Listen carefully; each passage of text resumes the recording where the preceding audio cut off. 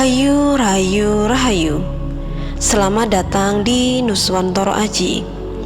Kali ini kita akan mengupas tentang kisah keris sengkelat. Menurut cerita, keris sengkelat ini adalah pusaka para raja yang konon mampu mengubah takdir kekuasaan. Sebelum kita bahas lebih jauh tentang keris misterius ini, jangan lupa untuk like, komen, dan subscribe agar channel ini bisa berkembang lebih baik lagi.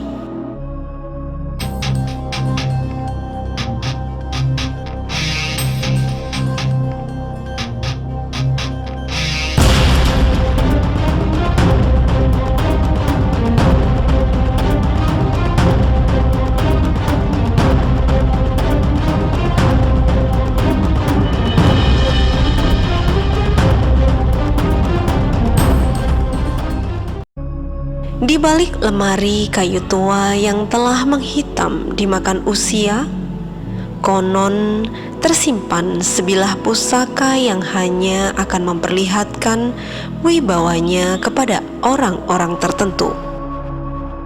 Malam demi malam, ia terbungkus kain mori putih, ditemani harum bunga setaman dan asap dupa yang perlahan memenuhi ruangan. Orang-orang tua Jawa percaya pusaka itu bukan sekedar bilah logam. Ia adalah saksi bergantian kerajaan, perebutan tahta, hingga runtuhnya kekuasaan para raja. Namanya disebut dengan penuh hormat. Pusaka tersebut adalah keris sengkelat.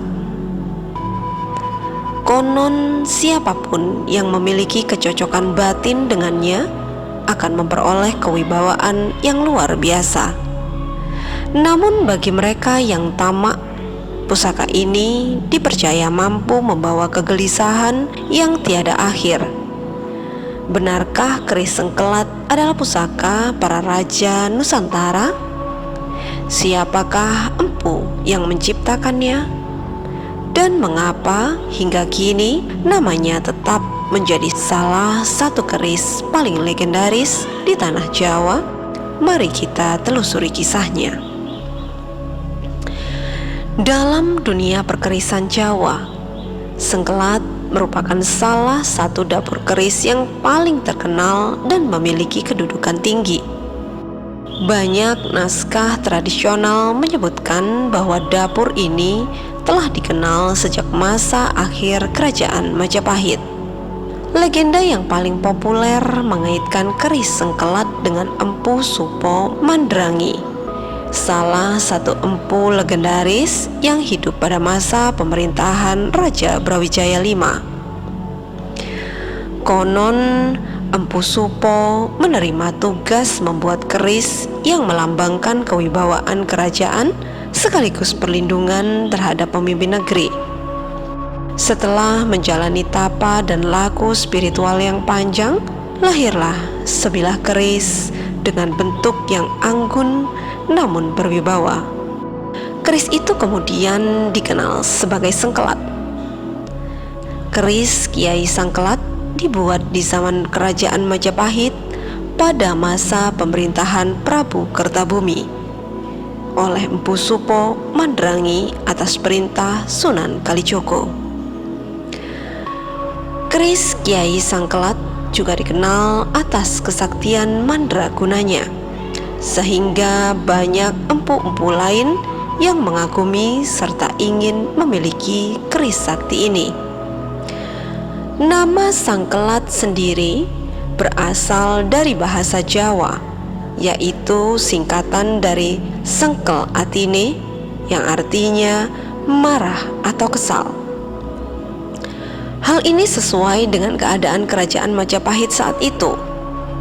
Kerajaan Majapahit saat itu sedang dalam kondisi kelam akibat ketidakpuasan mereka terhadap kepemimpinan pemerintahan yang kerap mengutamakan kaum pengusaha dibanding rakyat jelata. Keris Kiai Sangkelat pernah berhadapan dengan keris Nogososro dan keris Sabu Inten. Pertarungan ini melambangkan kondisi kerajaan Majapahit kala itu. Keris Nogososro dan keris Sabu Inten merepresentasikan kaum pengusaha, sementara keris Kiai Sangkelat mewakili kaum jelata. Keris Kiai Sangkelat sendiri memang diciptakan untuk menandingi kesaktian keris Nogososro dan keris Sabu Inten. Keris ini menjadi amat dicintai dari kalangan empu-empu.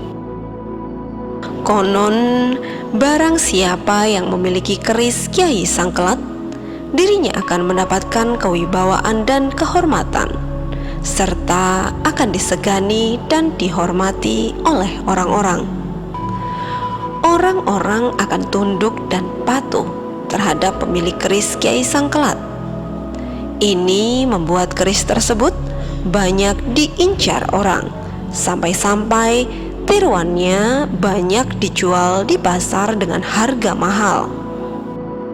Tujuan awal pembuatan keris Kiai Sangkelat adalah untuk mengingatkan pejabat agar mereka tidak mementingkan diri sendiri dan mengutamakan rakyatnya.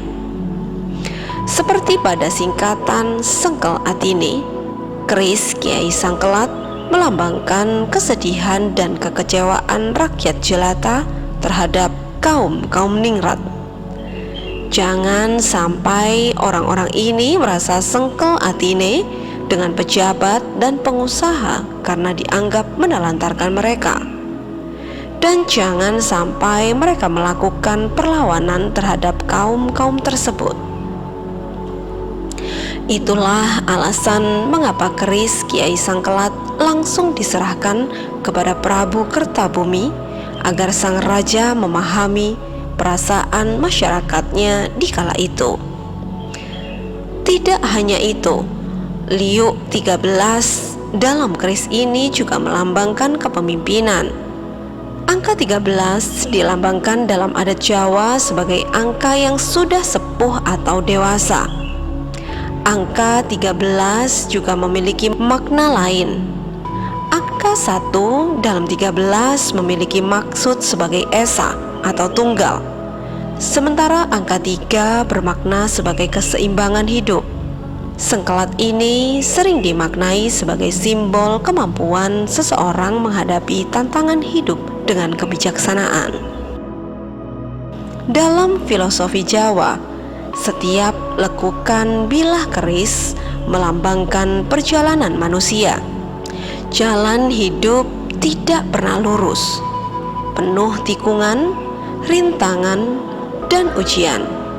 Namun, seseorang yang memiliki keteguhan hati akan mampu melewati semuanya hingga mencapai tujuan.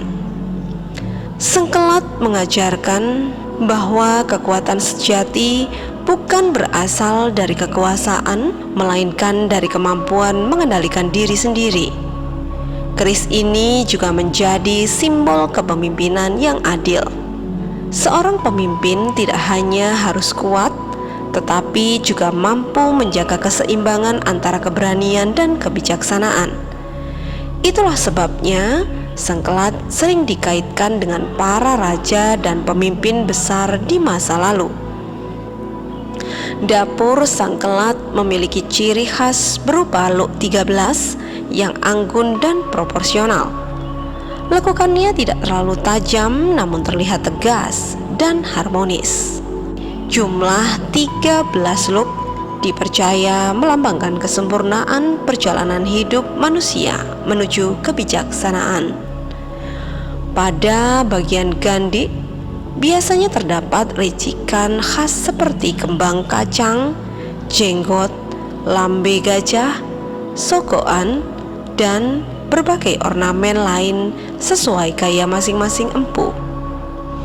Karena bentuknya yang rumit, pembuatan sengkelat membutuhkan keterampilan tinggi, sehingga hanya empu yang berpengalaman yang mampu membuatnya dengan baik.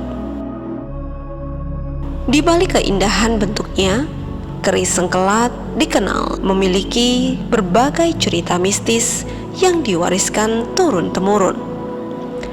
Konon pusaka ini dipercaya membawa kewibawaan bagi pemiliknya. Seseorang yang memiliki kecocokan batin dengan sengkelat diyakini akan lebih mudah memperoleh penghormatan, kepercayaan, dan kepemimpinan. Sebagian praktisi spiritual Jawa meyakini bahwa sengkelat memiliki energi perlindungan yang kuat. Bahkan ada yang percaya bahwa pusaka ini mampu memperingatkan pemiliknya ketika bahaya akan datang melalui mimpi atau firasat. Di lingkungan keraton terdapat cerita bahwa keris tertentu akan terasa lebih berat atau mengeluarkan aroma harum menjelang peristiwa besar. Namun kisah tersebut merupakan bagian dari tradisi lisan yang tidak dapat dibuktikan secara ilmiah. Ada pula mitos yang mengatakan bahwa sengkelat tidak cocok dimiliki oleh orang yang berhati buruk. Konon pemilik yang tamak akan mengalami hidup yang tidak tenang karena energi pusaka tidak selaras dengan sifatnya. Sebaliknya, orang yang rendah hati dipercaya akan memperoleh ketentraman batin. Sebagian kolektor bahkan melakukan ritual pencucian keris setiap bulan Suro sebagai bentuk penghormatan terhadap warisan budaya leluhur, meskipun makna dan tata caranya berbeda-beda di setiap daerah. Keris sengkelat bukan hanya karya seni tempa logam yang luar biasa. Ia adalah perpaduan antara sejarah, filosofi, budaya, dan legenda yang hidup dalam ingatan masyarakat Jawa selama berabad-abad.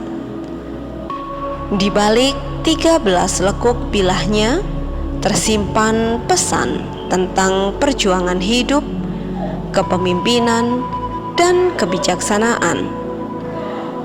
Entah seseorang mempercayai tuah gaibnya ataupun tidak, keris sengkelat tetap menjadi simbol bahwa kekuatan terbesar manusia bukan terletak pada senjata yang digenggamnya, melainkan pada kebijaksanaan dalam menggunakan kekuasaan.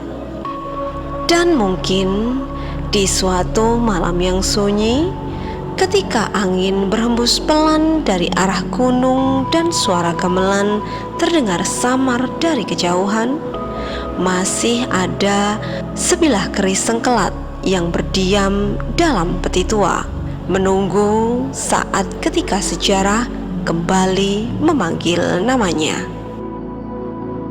Itulah tadi kisah tentang keris sengkelat. Semoga kisah ini bermanfaat dan menginspirasi kita semua untuk lebih memahami kekayaan budaya Nusantara. Rahayu, Rahayu, Rahayu.